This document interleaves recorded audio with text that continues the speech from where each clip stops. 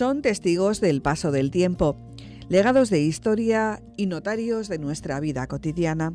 Sin embargo, pasan desapercibidos, para muchos cuasi desconocidos, y ya sabemos que lo que no se conoce no se valora. A partir de esta máxima, una de las funciones de los archivos es la difusión de su patrimonio.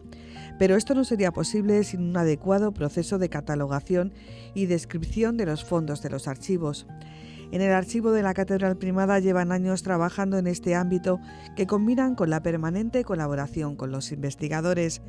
Se trata de una apuesta que el Cabildo de la Catedral Primada realizó en su día por dar a conocer uno de los archivos más importantes de España y del mundo que conserva documentación desde el siglo XI. Entramos en la enfermería de este archivo capitular y nos encontramos con el... iba a decir enfermero jefe, más que enfermero eres casi cirujano. Miguel Ángel, ¿qué tal? ¿Cómo estás? ¿Dónde estamos? Cuéntanos. A ver, estamos en el depósito del archivo capitular en la Catedral de Toledo y tenemos un pequeño espacio que lo denominamos un poco la enfermería.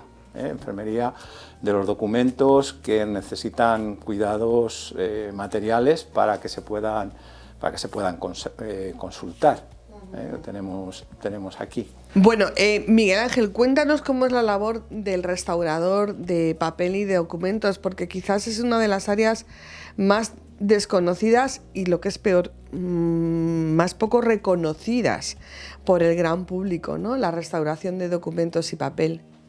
Bueno, ahora se está valorando mucho más, porque claro, es fundamental para los investigadores. Cuando vemos pues estas grandes obras de arte en la catedral, pues lógicamente cuando empiezan a investigar su autor, las características, cuáles son, pues tienen que venir aquí al tema de los documentos. Lo que pasa es que hay documentos que no se pueden consultar directamente, entonces tienen que pasar un proceso de restauración. El proceso de restauración y conservación curativa, que ahora cada vez intenta que sea lo menos invasivo posible y que sea reversible, es un largo proceso en el cual, pues bueno, hay que intentar no invadir mucho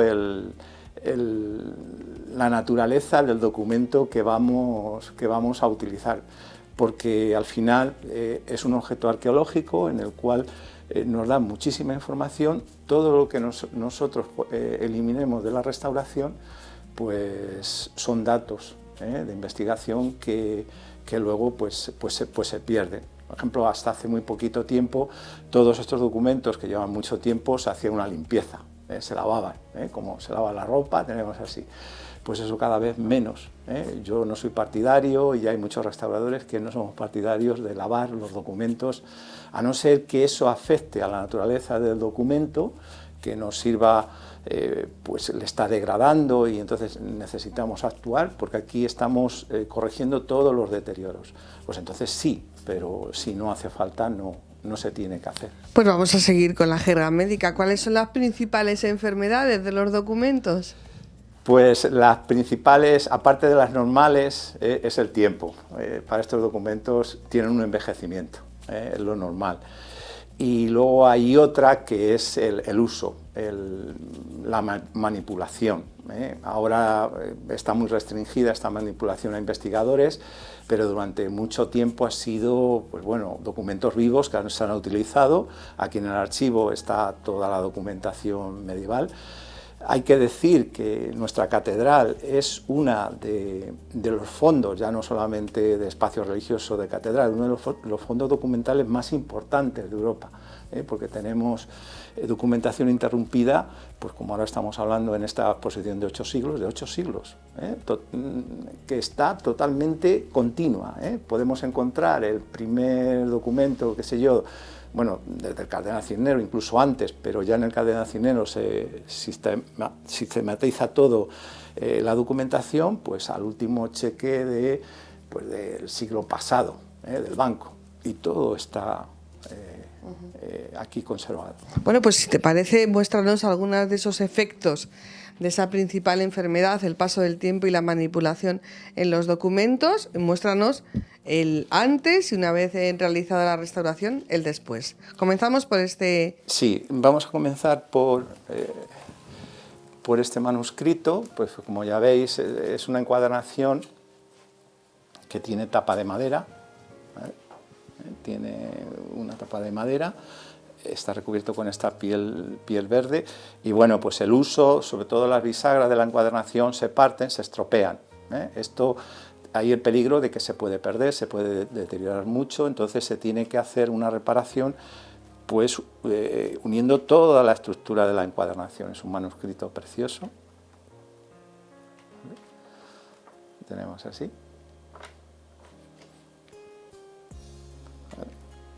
Bueno, los broches, la separación, bueno, pues está un poquito, bastante afectado y tal. Aquí ya hay un libro que ya está acabado, ¿vale? Este sería un poco el después, ¿eh? Como veis, este también es el libro de las posesiones de la catedral en el siglo XIV, XV, y es muy consultado, era muy consultado por los investigadores. Entonces, pues estaba prácticamente incluso peor que ese libro, ¿vale? Entonces ya aquí hemos respetado todo. Entonces esto tiene una madera que estaba partida, entonces se ha restaurado la madera. Aquí la piel se utiliza como material, es papel, para reintegrar el papel, el teñido, para que dé un aspecto visual conforme. Tiene una rica decoración mozárabe con hierro gofrado, ¿vale? No se ha hecho un lavado de cara, simplemente pues ha restaurado los deterioros, los nervios, ¿eh? Sí que también vemos, se nota perfectamente lo que es nuevo, lo que se ha metido en reintegración con lo viejo, que también se tiene que ver, porque no tenemos que crear un falso histórico, no tenemos que dejarlo totalmente nuevo. Aquí ya se ve pues que estaba partida las encuadernaciones, ¿vale? Bueno, tenía una serie de documentos, unos anexos, los cuales pues, bueno, se ha metido en este plástico, que todos estos materiales que se utilizan, aunque es muy moderno, que es plástico, pero son de conservación, todo este plástico. Bueno, pues estas hojas, que son las primeras que tenemos, se han reintegrado, ¿veis? El original de la hoja y el añadido que se ha hecho para que no se pierda más material, porque ya se va perdiendo información. Se va perdiendo información. Se han cosido estos primeros cuadernillos al lomo del libro. Y lo que es importante son lo que hemos dicho de la limpieza, ¿eh? No lo hemos lavado. Porque aquí se nota el uso de tantos dedos que han pasado, ¿eh? Hay unos estudios muy interesantes ahora que, analizando la densidad de la suciedad y todo eso, algunos investigadores hacen estudios. O sea, se podría calcular, por ejemplo, cuánta gente lo ha tocado, ¿no? Claro. Bueno, hacer una proyección, sí, ¿no? Una proyección así, o que muchas veces se nota qué páginas son más consultadas que otras, ¿vale? Y se da un poco la importancia de... Miguel, ¿cuánto tiempo te ha llevado la restauración de este Estos libro? son meses. No hay, para la restauración no hay tiempo, ¿no? Igual que a lo largo de la historia no existe la medida del tiempo, ¿no? No hay tiempo. Se tarda, a lo mejor yo puedo tirarme un mes pensando lo que voy a hacer. Incluso con libros que son mucho más importantes, luego veremos los que están en la biblioteca, pues más de un mes pensando cómo se puede realizar, qué proceso podemos seguir, analizando, si hay que realizar algunas pruebas, se hacen muchas fotografías, se documenta todo muy bien, se hacen macrofotografías para ver cómo se puede llegar.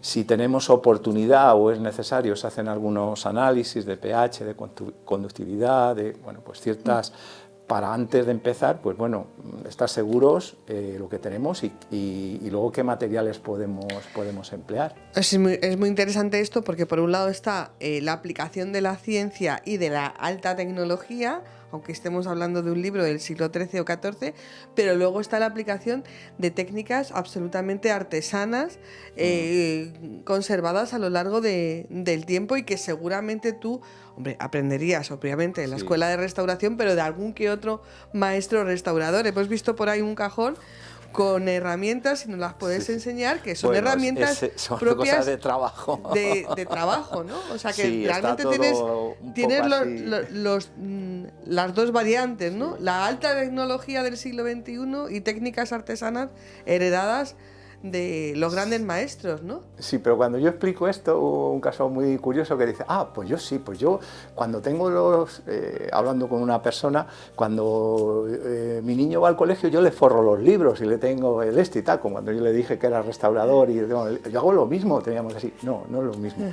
Vale, hay un componente artesano que puede ser esto, y hay una habilidad, pero es mucho más importante, pues por ejemplo, yo o el tiempo que analizo esto científicamente un poco para ver qué podemos hacer, cómo lo vamos a hacer, luego con unos criterios de que yo no puedo intervenir mucho en el libro, esto de los lavados, no puedo hacer ahora tema de lavado, no puedo dejarlo todo nuevo, tengo que se diferencie una cosa de otra.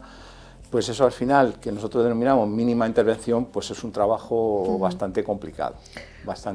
Unos auténticos cirujanos del papel. De hecho, hemos hablado antes de una restauración curativa, ¿no? Sí, esto es curativa, pero yo os quería mostrar antes que ahora lo que hacemos es conservación preventiva. Conservación preventiva. Vale. Entonces, en conservación preventiva, que es lo fundamental ahora en conservación, es procurar que estos libros no sufran daño, es anticiparnos al deterioro, al daño que vamos a hacer. Entonces, pues por ejemplo, aquí nosotros tenemos un fondo documental que es un fondo chino, ¿vale? Muy interesante en la catedral, ¿vale? Que este trabajo lo estamos haciendo en colaboración con un museo de Venecia, porque prestamos un libro de Marco Polo, y entonces en ayuda, pues en contraprestación, pues realizamos este trabajo, ¿vale? Entonces ya hemos hecho la caja de conservación, totalmente embutida. Ahí hemos empezado por detener todos los deterioros, y ahora vamos a hacer la restauración curativa. O sea, si sacamos este libro de su caja de conservación, ¿vale? Esto lo consultan ahora los investigadores. Pues claro, vemos que la portada ya nos queda muy poquito de lo que sería el libro, porque esto es un papel de arroz muy fino. Esto ya no es muy antiguo, esto creo que es del siglo XVIII, y es una guía turística, ¿vale? Bueno, aquí tenemos otro, porque ya empezamos, bueno, pues esto nos suena, ¿no? Es el Coliseo de Roma. Pues es una guía turística de la época, pero en chino. Vale. La encuadernación no es original, esto tendría que estar plegado, entonces han hecho una encuadernación un poco especial, porque vais a ver que están cortados, esto no lo hemos hecho nosotros, está cortado, esto era todo. Ahora veremos uno que es original, es una encuadernación no como vemos nosotros en códice, sino que es lo que llamamos una encuadernación en biombo, es todo un pliegue que vamos desplegando hojas, lo tenemos aquí. Entonces, este libro ahora, bueno, este manuscrito que tenemos, que es un impreso, ¿vale? Pues ahora viene la segunda fase de restauración. Claro, la pregunta, Miguel, es cómo ha llegado este libro aquí. Pues sabemos que el archivo capitular siempre tiene muchas sorpresas, pero hombre, un libro en chino o varios libros en chino. Sí, sí. Pero fijaros, ahora hay unos fondos tan ricos aquí en la catedral que ahora tenemos un libro en Roma que hemos prestado, que lógicamente con ese préstamo vamos a intentar restaurar que es el libro litúrgico que se utilizó en la consagración de la Basílica del Vaticano. Y está aquí en Toledo. Y está aquí en Toledo. Claro, los de Roma nos dicen, ¿cómo tenéis este libro aquí? Digo,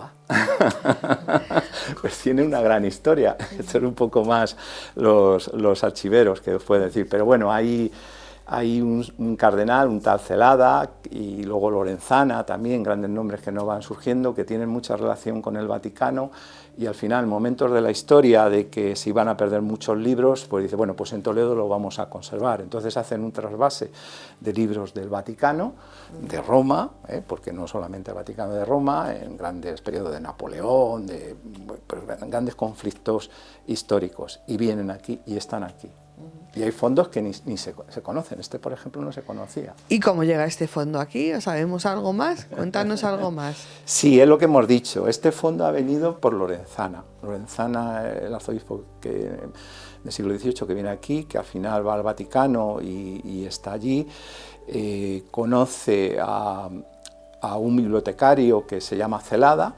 Entonces el bibliotecario del Vaticano tenía una gran colección. Estamos en las invasiones napoleónicas de esa época, entonces él ve que bueno, pues hay mucho, que puede haber una pérdida importante del libro. Entonces Cardenal Lorenzana le anima a, bueno, pues nosotros en la Catedral de Toledo, incluso como un centro también religioso importante dentro de la cristiandad, porque la catedral es primada, es la primera, tenemos una gran historia, entonces aquí se puede conservar bien. Entonces vienen aquí estos libros, lo tenemos aquí. Estos libros están investigando ahora y parece ser que tienen una procedencia de los jesuitas. O sea, esto ha tenido un gran recorrido de los jesuitas, un poco cuando la orden queda suprimida y tal, muchos de esos libros de sus bibliotecas pasaron a otras bibliotecas como la del Vaticano, y luego la del Vaticano ha venido aquí. Bueno, pues si te parece, Miguel, quedamos a la espera de ver el resultado final. Sí. Aquí ha quedado testimonio gráfico de cómo estaba, y seguro que en un tiempo podemos volver a ver este libro ya completamente restaurado, preventivamente, y cuando en lo que haya que curar o sanar, pues también. El Archivo Capitular de Toledo comienza su andadura a finales del siglo XI, estrechamente vinculado con el nacimiento y desarrollo del Cabildo Catedralicio. Por necesidades administrativas, el Cabildo fue acumulando desde muy antiguo su fondo documental, integrado especialmente por privilegios otorgados por los reyes, bulas de los papas, constituciones de los arzobispos, estatutos propios, fundaciones piadosas y donaciones particulares, así como todos los actos documentados relacionados con la sociedad que le rodeaba. Durante los siglos XII y XIII, para evitar su deterioro y favorecer su conservación, muchos documentos fueron copiados sistemáticamente en los llamados Libri Privilegiorum. En 1226, el arzobispo don Rodrigo Jiménez de Rada y el rey Fernando III inician oficialmente la construcción de la nueva catedral gótica, sustituyendo la ya muy deteriorada iglesia existente en forma de mezquita. Este hecho da origen al nacimiento paulatino de una unidad administrativa dentro del Cabildo llamada Obra y Fábrica, la cual generará una importante cantidad de documentación relacionada con la construcción y ornamentación del edificio, financiación, rentas y posesiones, y con las personas, artistas y artesanos que en ella trabajaban. El documento más antiguo que se conserva en Toledo, concretamente en el Archivo Capitular, data de 1086, un año después de la conquista de Toledo por parte de Alfonso VI, un documento que se conserva en el depósito, el lugar del descanso y reposo. Pasamos de la enfermería al depósito. Aquí, bueno, aquí duermen, aquí se conservan, aquí está una gran parte de este fondo del Archivo Capitular. ¿Cómo lo tenéis organizado, Miguel? Vale, pues voy a mostrar 2 o 3 detalles y un poco lo que estamos haciendo para que esta conservación sea efectiva, O sea, lo que estamos intentando ahora es evitar los daños. Entonces, fijaros, aquí tenemos los libros de fábrica, fijaros toda la documentación que hay, ¿vale? Entonces, aquí, por ejemplo, documentación de 1527, este libro de fábrica. Entonces, lo que estamos haciendo, como están todos juntos, estamos protegiendo con esta faja que llamo, con cartón de conservación, para que a la hora de sacar el libro, no se llegue a dañar. Estos son los más normalitas, los manitos, lo más común, hay mucha información. Lo más interesante es los que tenemos a la vuelta. Pues vamos allá. Que estos son verdaderas joyas. Este vamos a sacar uno, lo vamos a mostrar. Sigue siendo un libro de obra y fábrica, es de 1583. Entonces, lo que estamos haciendo es este tipo de cajas de conservación que están en la misma estantería, porque tenemos estas lacerías tan bonitas. Un tesoro. ¿Esto es original o Sí, algo sí, ha sí. pasado por tus manos? No, no, no, no. Esto es original, de 1583. Hay, donde tenemos estos dos estantes, son muy especiales, porque tienen este tipo de decoración tan rica de lacerías, con esto es seda, teñida. En esta encuadernación de cartera, que es todo árabe, en piel de pergamino. ¿Y este tipo de encuadernaciones se hacían por el contenido del libro, porque era algo muy especial, o es que fue un momento, era una moda, podemos decir? Fue algo así como de moda, un poco en un momento especial, porque luego lo interesante, lo que tenemos aquí, pues aquí están apuntados todos los gastos de la catedral. Vale. Ahí tenemos un recibo extraordinario por diferentes pagos. Aquí está apuntado todo. Bueno, pues un señor, Francisco Romero, que recibe 6 pagos, ¿vale? Con toda... Vale, esto si fuese un investigador, el escultor, el pago del escultor. Eso es todo lo que tenemos en estos libros de obra y fábrica. Esto es lo que comentábamos antes, que al final la memoria de la Catedral de Toledo, todo lo que pasó o lo que ha venido pasando en estos 800 años de la Catedral de Toledo está en estos libros. Por Claro. eso es tan importante tenerlos custodiados y conservados. Y además incidir que la Catedral de Toledo es única, porque tenemos desde la época medieval hasta nuestros días documentación continua. La abundante comunidad cristiana mozárabe que vive en Toledo, que habla y escribe en árabe como su lengua materna, generó también en su relación con la catedral más de 700 documentos escritos en árabe que dan cuenta de sus actividades y posesiones. Actualmente la práctica totalidad de los mismos se encuentra depositada en el Archivo Histórico Nacional. A partir del siglo XIV, los fondos documentales del archivo capitular comenzaron a ser clasificados de forma racional con un ordenamiento alfabético por materias. El crecimiento inmenso de la documentación motivó que en el siglo XVIII se realizase una nueva ordenación, obra de los padres benedictinos Diego Becolaeta y Martín Sarmiento, quienes en 1727 elaboraron un índice universal del archivo que seguía esa ordenación alfabética por materias. Para ello introdujeron un sistema alfanumérico que con algunas variaciones sigue hoy día vigente en el fondo capitular.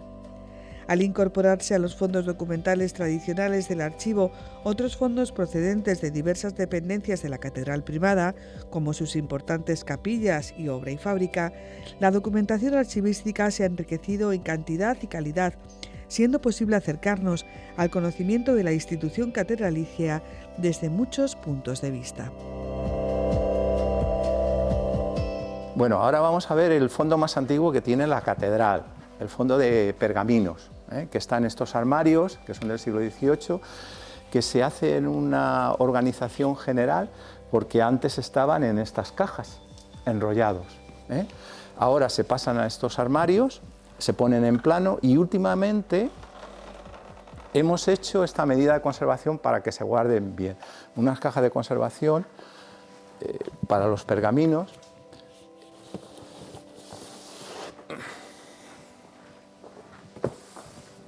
Vale. Que si abrimos, pues este es el contenido que tiene. En primer lugar hay una guía donde muestra todo lo que hay en esta caja, ¿no? En esta caja, además, estamos viendo el contenido porque hay papel, hay pergamino, por ejemplo aquí hay unos papelitos muy pequeñitos que teníamos así, que son las bulas, que es en papel. Entonces el papel con el pergamino en el roce se va estropeando, vamos metiéndolo en unos... Pero eso es un trabajo que también está incompleto todo, o sea, hemos hecho así lo más gordo, y poco a poco iremos afinando. Están puestos por orden porque, lógicamente, cuando llegan aquí, que esto también es otra tarea de conservación, está lista, no tienes que ir justamente al pergamino que te interesa, no tienes... Miguel, esto es un trabajo constante y diario. O sea, la Catedral de Toledo durante todo el año hace este trabajo de conservación. No, sí que es verdad que ahora, bueno, pues ante este 8º centenario está haciendo un esfuerzo mayor, pero esto es constante y diario. No sé, ¿cuántos años llevas tú aquí? Yo 15 años ya, 15 años. Yo colaboro en el tema de conservación, pero verdaderamente el trabajo más importante es lo que están haciendo, que también es de conservación, cuando le dan un manuscrito a un investigador, cuando lo clasifican, cuando lo describen los archiveros, que eso entra también en la conservación. Quiero haceros notar una cosa, el último avance que hemos puesto, si veis aquí, hay un cable rojo, aquí, ¿veis? Una tubería. Pues ese es el sistema antiincendios que tiene, la protección antiincendio que tiene este fondo. Aparte de tener los aéreos, los difusores aéreos, lo normal que tenemos aquí de incendio, dentro del armario una protección, porque es muy valioso. ¿Y cómo actuaría? Porque el agua, papel y pergamino se llevan mal. Claro, esto, bueno, necesitamos, no lo vamos a ver si nos retiramos un poquito, ahí arriba hay una bombona. Tiene una bombona aquí, esa bombona tiene un gas con una presión, con el manómetro que controlamos ahí abajo, que está controlado con la central de antiincendios. Si el fuego penetra dentro del armario, quema este tubo, porque recorre todo el lateral, recorre todo el lateral. Eso activa el gas que tenemos dentro, se esparce y se convierte en agua. Bueno, en líquido. El líquido que tenemos ahí es un producto especial. Hemos hecho algunos simulacros de esto, que a los 10 segundos se evapora completamente, ¿vale? No utilizamos para nada agua, no se utiliza gas, ahora que retarda quitando el oxígeno. Este es un nuevo sistema que se ha implantado en la catedral, pues ya llevamos, pues antes de la pandemia, que luego nos costó la pandemia, tuvimos ahí un parón, pero empezamos antes de la pandemia a instalarlo. Está sobre todo en los sitios donde es más valioso, aquí está en los pergaminos y sobre todo luego lo veremos en la biblioteca. La biblioteca se ha cambiado todo. Antes de actuar sobre un documento hay que realizar muchísimas indagaciones sobre qué tipo de documento es, cuáles son sus características, sus puntos débiles. Es como si dijéramos la historia clínica del paciente. Miguel, ahora nos vas a mostrar un pergamino que ha sido intervenido por vosotros y cómo ya quedaría una vez restaurado para su conservación. Para su conservación, para su consulta, para todo. Esto es más restauración.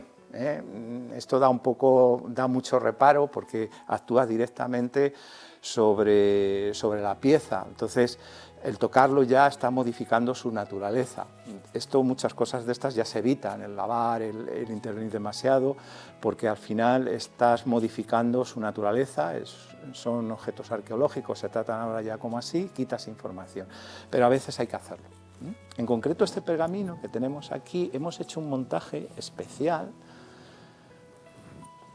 ¿vale?, que tenemos aquí, lo hemos dejado aquí porque eran dos partes, como veis. Aquí, este es el nombramiento del obispo, creo, de Segovia, que lo consultaban, estaba puesto por separado y tal.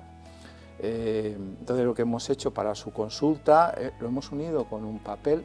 El papel que se utiliza aquí para restaurar, se utiliza mucho. Aquí los dos materiales más importantes que utilizamos para restaurar es papel Japón, un papel que se fabrica en Japón, de alta calidad, totalmente manual, que no tiene ácidos, que es totalmente muy acorde con el material que tenemos.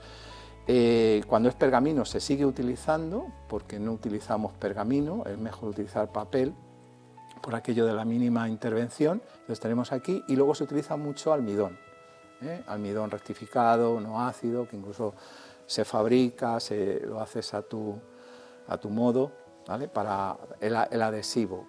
Luego hay algunos productos, muy poquitos químicos, muy reconocidos, pues porque a lo mejor les afecta el agua, no puedes poner agua, y tienes que utilizar alcohol. Entonces hay otros productos que se disuelven más con alcohol, como es el crucel, como es la tilosa u otros productos, pero están muy contados los productos, no se puede utilizar productos químicos.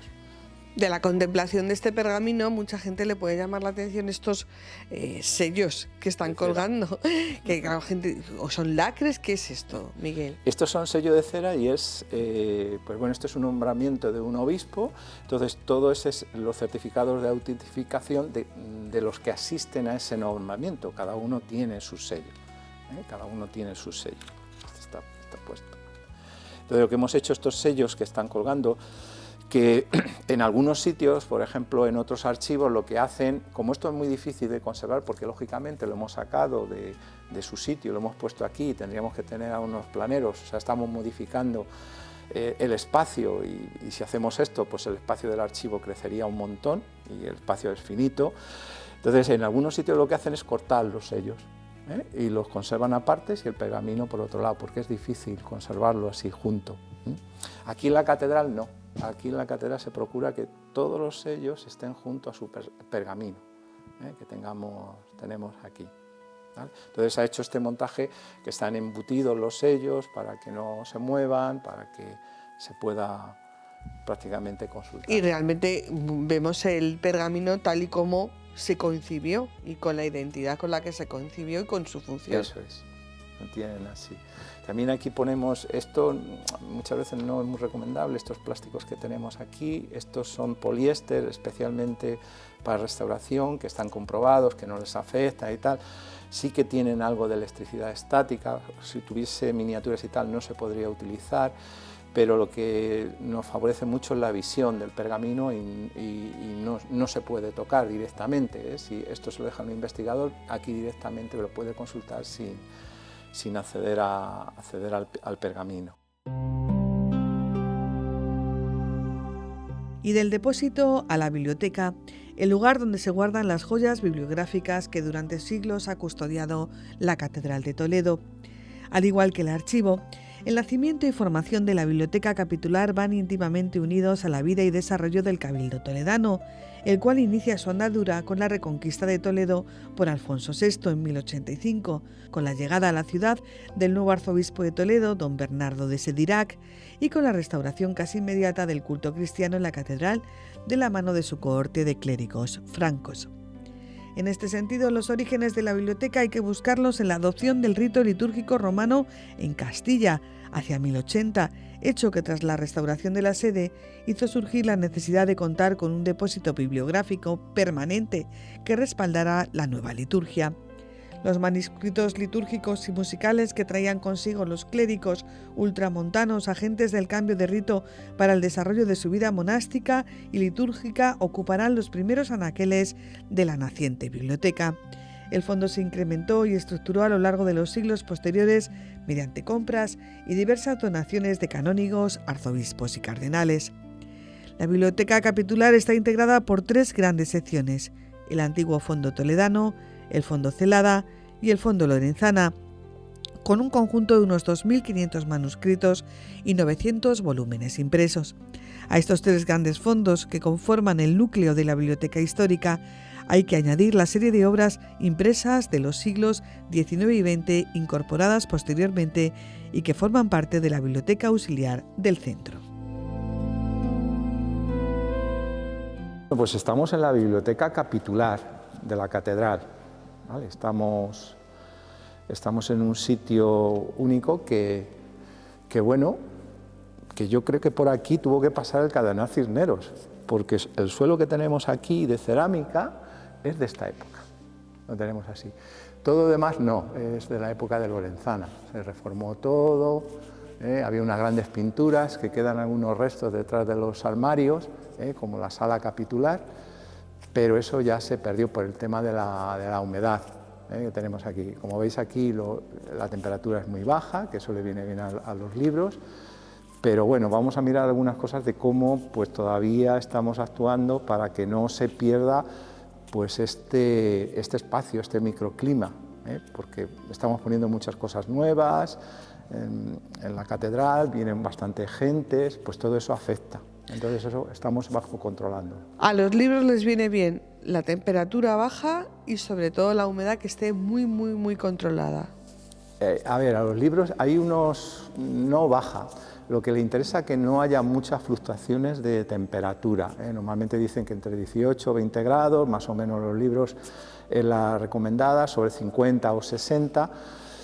Últimamente, pues bueno, en sitios como este es imposible mantener esa temperatura y además no es la suya, porque siempre ha sido una temperatura mucho más baja aquí. Entonces, lo que hay que intentar es que eso no varíe, la temperatura sea estable, que siempre sea ese. Que a lo mejor podemos tener aquí 12 grados y dice, bueno, eso es malo para los libros, alguno puede decir en la biblioteca por ahí de otros sitios, sí, pero esta biblioteca siempre ha tenido esa temperatura y ya los libros están aclimatados a ellos. Hemos hablado de esos controles de humedad y temperatura de toda la sala, pero luego determinados piezas que están en esta biblioteca tienen su propio e individual control de humedad. ¿Por qué? Su microclima. Su microclima, ¿no? ¿Por qué? ¿Por qué? Sí, a ver, porque yo considero que hay cosas que son muy valiosas. Por ejemplo, esto que tenemos aquí. Esto sigue perteneciendo a lo que hemos visto anteriormente, al fondo chino. Entonces tenemos aquí un libro chino, que es unas escrituras budistas, que incluso han venido a una universidad de Pekín a estudiarlo y este libro para ellos es desconocido. No tienen, es muy raro para ellos lo que tienen así. Entonces, hemos hecho una conservación preventiva de este fondo. Este ya está acabado, ya está restaurado, ya está metido en su conservación preventiva, ahora está aquí, se está aclimatando. Entonces, tenemos aquí un medidor de papel de humedad, ¿vale? Que ya, pues bueno, ya está diciendo a 55, 45, ya se está aclimatando a esta humedad. ¿Vale? Cuando ya se llegue pues tendremos que llegar a que marque intensamente 65, se cierra la caja y ya esto tiene su humedad específicamente para él. Esto está delimitado porque debajo tiene unos productos especiales en papel, lo que denominamos comercialmente Absorb, el cual tiene unas sales que cuando sobra humedad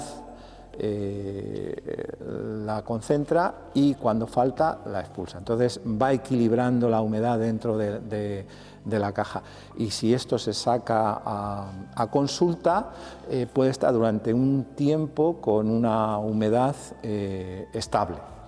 Lógicamente si está mucho tiempo luego hay que volver otra vez a aclimatarlo, a que tenga su humedad, tengamos así. Y considero que es muy hacer todo este proceso porque este libro es muy interesante, es este fondo, está en una caja de madera. Bueno, le hemos puesto un segundo envase, lógicamente porque el papel entre maderas afecta en conservación.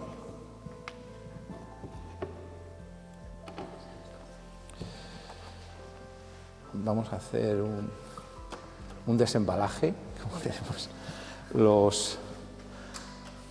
bueno, aquí ya tenemos pues, todos los trocitos, todo lo que desaparece también se guarda, que es, vale, tenemos aquí, y fijaros, ¿vale?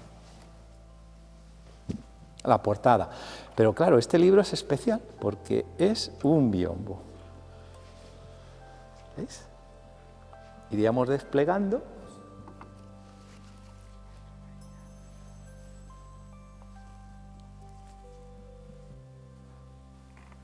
Y entonces, pues bueno, si supiésemos chino, bueno, pues aquí tenemos pues poco a poco, está colocado así, ¿vale? Es una maravilla, Es una auténtica joya, una auténtica sorpresa. ¿Y qué sabemos de él? Porque Pues sabemos muy poco. poco, ¿eh? Están en estudio, ¿eh? Ni siquiera la universidad esta china que viene a trabajar, bueno, ya va conociendo un poquito los datos, porque para ellos no lo tienen registrado este tipo de libros, ¿eh? Sabemos que es un libro budista, de textos religiosos budistas, lo vemos por aquí en las ilustraciones, pero poco más. Pero hay una cosa muy interesante de este libro. Este libro está hecho en el siglo XV, pero antes de la imprenta. De aquí que nosotros consideramos el nacimiento de la imprenta. Si nos fijamos en los caracteres que tenemos aquí, este libro está impreso. Se abre una ventana de múltiples teorías. ¿Tenían algún tipo de imprenta? Sí, no, es un poco... nosotros aquí en Europa hemos tomado como convención que la imprenta se descubre con Gutenberg en un año concreto, pero ya algunos investigadores estaban apuntando que es probable en el mundo oriental la imprenta ya existía, lo hacían de otra forma, tenían otra serie de... pero había que ver. Uno de los que dicen, bueno, es que no eran caracteres móviles y tal. Entonces hay un estudio que no sé si algún día yo me atrevería, porque ya me metería a investigar, porque me llama mucho la atención. Demostrarías, estos son móviles, tipos móviles, si cada carácter igual que hay aquí siempre es el mismo. Quiere decir que eso se ha utilizado varias veces. Eso sería un tipo de imprenta, ¿no? Sería un tipo de imprenta. Sería un tipo de imprenta. Sería muy complicado, porque hay que echarle bastante tiempo. Trabajo de chinos. Sí. Antes de terminar esta visita, nos adentramos en otro depósito muy especial. Ahora estamos en el depósito de cantorales. La catedral tiene un gran depósito de cantorales, libros que ya no se utilizan litúrgicamente, que eran los que se utilizaban antes para todas las funciones religiosas. Entonces están ahora aquí en este depósito, y este depósito no es la biblioteca en el cual podamos sacar o meter o para consultar. Esto ya tiene restricciones de que, lógicamente, por tamaño y por como tienen, no se dan a consultar. Además están todos digitalizados. Hay que pedir un permiso especial para que se saque un libro, porque están ordenados con unas medidas que no se pueden mover.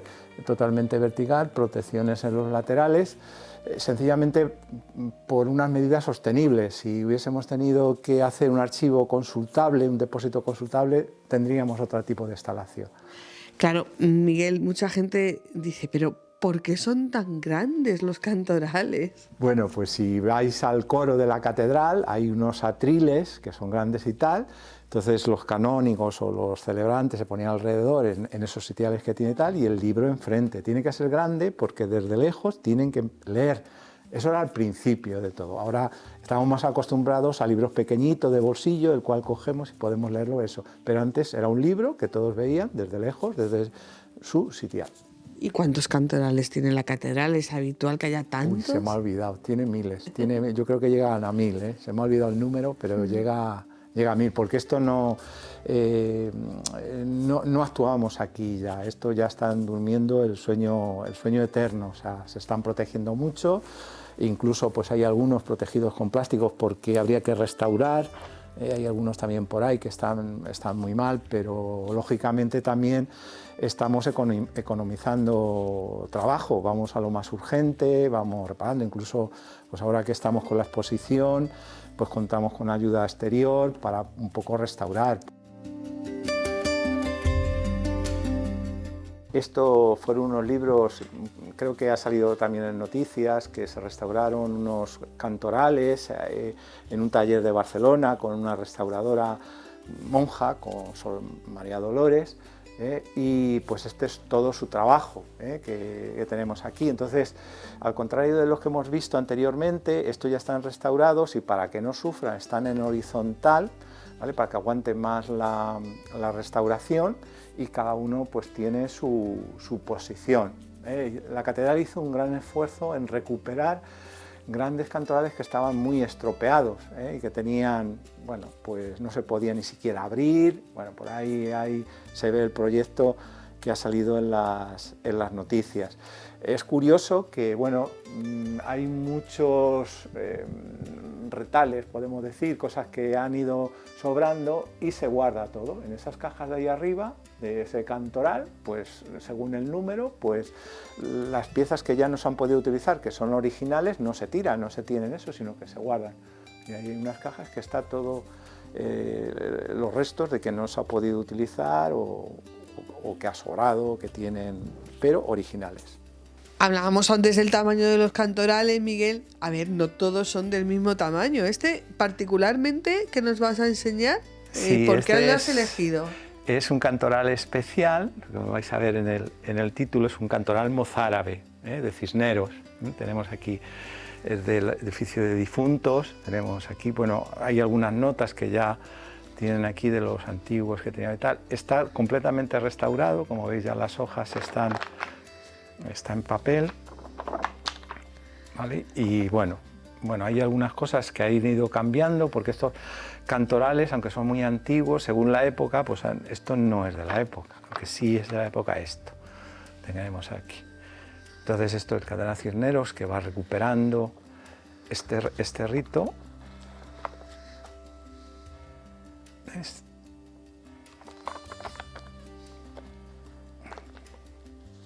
Tenemos aquí. Una maravilla, porque esto era el libro que estaba en el altar. Bueno, otro de los grandes legados y patrimonio vivo, ¿no?, de la Iglesia de Toledo, como es el rito hispano-mozárabe, que bebe de aquí, obviamente. Lo tenemos así. Bueno, luego ya, como veis, la restauración, hay muchas cosas que no... aunque está completamente restaurado, pero la restauración no interviene todo, ¿vale? Se deja. Esto estaba bastante, incluso se ha reintegrado la madera, aquí hay un trozo de madera reintegrada, la encuadernación, con que tenga una estructura que pueda aguantar la consulta ya es suficiente, lo tienen así. Incluso esto, hay investigadores, uno es el restaurador conservador de la Biblioteca Nacional, que le gusta ver siempre por dentro de la encuadernación cómo está cosido, cómo tiene eso. Entonces, cuando se restaura, pues eso se tapa, no tiene eso. Entonces, si no afecta a la estructura del libro, no es un deterioro importante, pues se deja y eso da nuevos datos para investigar. Las tapas que tenemos aquí son de madera también, que es una cosa, por eso son tan gruesas, con los herrajes metálicos. Y luego, para que la piel no sufra, pues tiene estos resaltes, ¿qué es esto de aquí? Que tienen una funcionalidad estética, pero realmente tiene una funcionalidad práctica. Es una forma de protección de la pieza. De la piel, no sufra roces, no sufra... Claro, cuando luego está con otros libros, pues esto les afecta. Entonces, lo que hacemos también es proteger entre libro y libro estas encuadernaciones, porque una sobre otra, como hemos visto aquí, pues sufren. Bueno, pues ahora vamos a ver, Miguel, un cantoral restaurado. En detalle y restaurado. Sí, restaurado. Esto no se ha realizado aquí en la catedral, esto se realizó hace ya bastante tiempo, ¿vale? Bueno, pues aquí está, ¿veis? Todo el proceso de restauración, porque el proceso que se hace tiene que quedar totalmente, es un poco antiguo, porque esto se hizo mucho cuando no había fotografías digitales y nada de eso, ¿vale?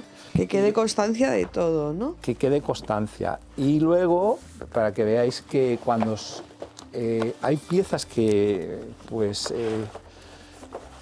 vamos a ver cómo se abre esto, aquí, así. Bueno, de piezas originales, de trozos, clavos, todo eso, que son originales, pues esto desaparece, no. Lo conservamos aquí. Aquí lo han puesto con... Bueno, esto es un sistema... Esto se hace mucho tiempo, ¿eh? Ya aquí los criterios han cambiado un poquito. Lo tienen así. Pues bueno, para que veáis el proceso de este cantoral,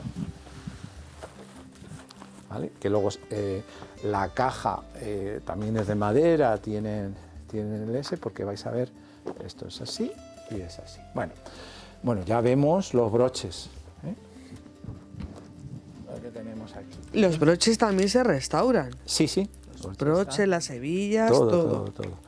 Claro, entonces este cantoral es también una de las pequeñas joyas que tenemos aquí, ¿vale? Porque fijaros, vamos a poner esto, mira, ¿vale? Está totalmente iluminado, ¿eh?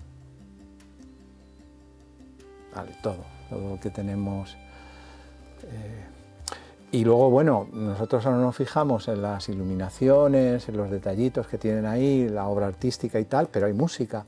Entonces, también se ha hecho un gran trabajo, incluso ahora con esto de la famosa lira que se ha traído y tal, pues tenemos un fondo documental de partituras, pues hay un fondo muy rico en tema de música, ¿eh? Bueno, este es. Que incluso hace poco se ha hecho un catálogo. Alguna ilustración más, algunas iniciales decoradas. Vamos a ver otra. A ver, esta es. Bueno, esta. Vale. Tenemos aquí detrás hay otra. ¿Ves? Que está protegida con este tela. Fijaros los oros, muy interesante, fijaros las flores, ¿eh? Se puede hacer un estudio de botánica, los animales, los insectos, están dibujados al detalle, lo tienen así, es impresionante. Es pergamino, no es papel, ¿eh? Lo tienen así, y este, bueno, pues está completamente restaurado. Como los libros que vemos aquí, es un poco la muestra de restauración, también, bueno, porque el cantoral lo requiere por las iluminaciones y tal. No todos los que vemos aquí tienen este tipo de iluminaciones, son algunos casos. Los mejores son los que llamamos los cantorales del águila. Vale, que eso lo veremos en la exposición. Bueno, Miguel, pues yo creo que ha sido un magnífico recorrido por este tesoro y legado conservado por la Catedral de Toledo, como decíamos al principio, quizás poco reconocido. Sí. También es verdad que a la hora de exponer es difícil exponer estos libros, estas piezas, aunque como tú bien has dicho, pues, ha habido exposiciones y habrá donde se expongan, pero al final lo que se queda es, bueno, pues un agradecimiento a todos aquellos que a lo largo de todos estos años han sabido conservarlos, y a vosotros, la generación actual de restauradores, que sois los encargados de conservar este legado, ¿no? Sí. No, aparte hay que meter mucha más gente, no solamente a los conservadores y restauradores, por ejemplo a los archiveros en la descripción que hacen, en que prestan el libro para consultar, el hacer artículos, el hacer libros, en divulgarlo, pues eso también es una tarea de conservación, de preservación de nuestro legado. Nuestra visita termina aquí. Hemos sido testigos privilegiados de cómo el saber acumulado durante siglos en esta catedral primada se sigue cuidando, curando y mimando, cómo se comparte con historiadores e investigadores para que sean ellos los encargados de transmitir ese conocimiento, y cómo se asumen las últimas tecnologías del siglo XXI para conseguir que este legado esté al alcance del hombre de todos los tiempos.